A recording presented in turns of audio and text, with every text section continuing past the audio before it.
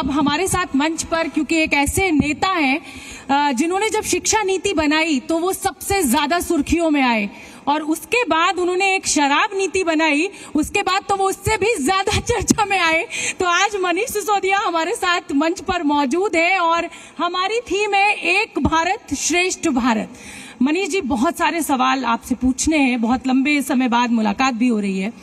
पहला सवाल मेरा एक भारत श्रेष्ठ भारत को लेकर है, और ये सवाल इसलिए बहुत अहम हो जाता है कि अगर राज्य सरकारें और केंद्र सरकार का समन्वयन हो जाए तो क्या हम एक श्रेष्ठ भारत बन पाएंगे, और अगर हम नहीं बन पा रहे हैं या आज हम वहां नहीं है तो हम क्यों नहीं है?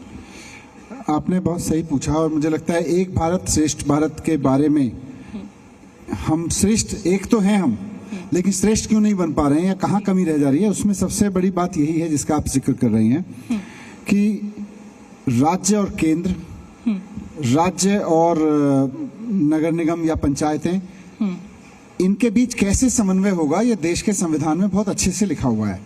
लेकिन अनफॉर्चुनेटली इस वक्त केंद्र में एक ऐसी सरकार बैठी हुई है जिसको ना संविधान की चिंता है, ना राज्यों की चिंता है, ना पंचायतों की चिंता है, उसको बस एक नेता के मैं की चिंता है, मैं।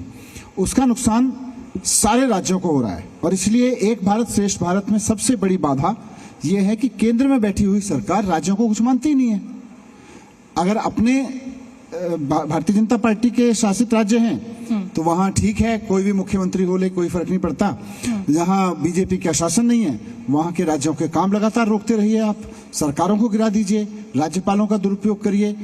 इसलिए एक भारत श्रेष्ठ भारत तभी होगा जब पंचायतों को और नगर निगमों को राज्य सरकारों से स्वतंत्र अधिकार हों, जो कि संविधान में गारंटी दी गई है। राज्यों को, क्योंकि we are federal, we are not dependent, हम जो भारत हैं हम फेडरल स्ट्रक्चर ऑफ गवर्नेंस हैं। वो फेडरल स्ट्रक्चर ऑफ गवर्नेंस जितना हम संविधान के हिसाब से चलाएंगे उतना हम एक भारत श्रेष्ठ भारत होते रहेंगे। जितना हम ये कहते रहेंगे नहीं साहब केंद्र सरकार मालिक है, केंद्र सरकार बॉस है, सारे राज्यों की बॉस है केंद्र सरकार, सारे नगर निगमों की बॉस है, कभी भी श्रेष्ठ भारत नहीं बन सकता। एकता तो भारत की जड़ में है, उसको तो तोड़ नहीं सकते लोग, लेकिन श्रेष्ठ बनने के लिए ये रास्ता अपनाना पड़ेगा, संविधान का रास्ता। क्या सारी गलती केंद्र सरकार की है? राज्य सरकार, चाहे वो बंगाल की सरकार हो, चाहे वो आपकी सरकार हो, चाहे वो झारखंड की सरकार हो, क्या वो बिल्कुल सही रास्ते पर चल रही है? सारी की सारी गलती आप सभी राजनीतिक दल जो विपक्ष में है कहते हैं केंद्र सरकार की है। देखिए, देश के लोग, किसी राज्य के लोग या नगर निगम में कहें तो पंचायत या नगर निगम के लोग अपनी सरकार चुनते हैं। उस सरकार को काम करने दें, काम करने में सरकार गलती भी करेगी और जनता उसको उसकी सजा भी देगी। संविधान में व्यवस्था की गई है कि अगर सरकार ने गलती की तो नीचे से उठा के जनता ऐसे पटकेगी कि अगली बार पूछेगी भी नहीं, कई बार तक नहीं पूछेगी। ये पावर जनता को दी गई है, केंद्र सरकार को नहीं दी गई है। ईडी सीबीआई को मत दीजिए ये पावर। ईडी सीबीआई नहीं, राज्यपालों को मत दीजिए, ईडी सीबीआई को तो दीजिए ही मत, राज्यपालों को मत दीजिए। कश्मीर से लेकर कन्याकुमारी तक जहां भी विपक्ष के राज्य हैं, राज्यपाल केवल और केवल, मैं तो हंस रहा था एक दिन कि अब इस देश में राज्यपालों का केवल एक ही काम रह गया है, पहले सरकार को शपथ दिलाते हैं और अगर विपक्ष की सरकार हो तो उसके बाद 5 साल उसको गिराने में लग जाते हैं। राज्यपाल केवल एक ही काम करते हैं देश में, पहले मुख्यमंत्री जी को शपथ दिलाएंगे और अगर विपक्ष का मुख्यमंत्री है तो अगले 5 साल उसकी कुर्सी कैसे खींच ली जाए, उसकी पार्टी कैसे तोड़ दी जाए, इस तिगड़म भिड़ाएंगे। तो ये राज्यपाल क्या करेंगे भाई देश में?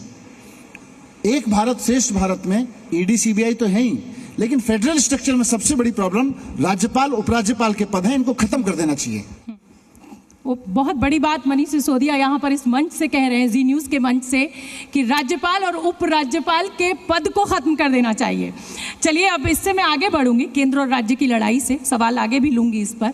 मेरा अगला सवाल आपसे ये है कि जब आप 17 महीने बाद दिल्ली में बाहर आए तो कैसी लगी दिल्ली? अस्त व्यस्त थी दिल्ली या फिर बिल्कुल दुरुस्त थी दिल्ली? दिल्ली दिल वालों का शहर है और दिल्ली के दिल में, दिल्ली के लोगों के दिल में प्यार भरा होता है। जब मैं बाहर आया तो 17 महीने बाद आया, मैं अकेला रहता था। अकेला आदमी जैसे अपने परिवार के बारे में सोचता है ना, कि मेरी वाइफ, मेरे बच्चे, मेरे घर के लोग, उनके प्रति मेरे मन में कितना प्रेम है, उनके मेरे प्रति मेरे मन में, उनके मन में मेरे प्रति कितना प्रेम है। मैं जब दिल्ली में गया तो इतना ही सब प्रेम से भरे मिल रहे हैं।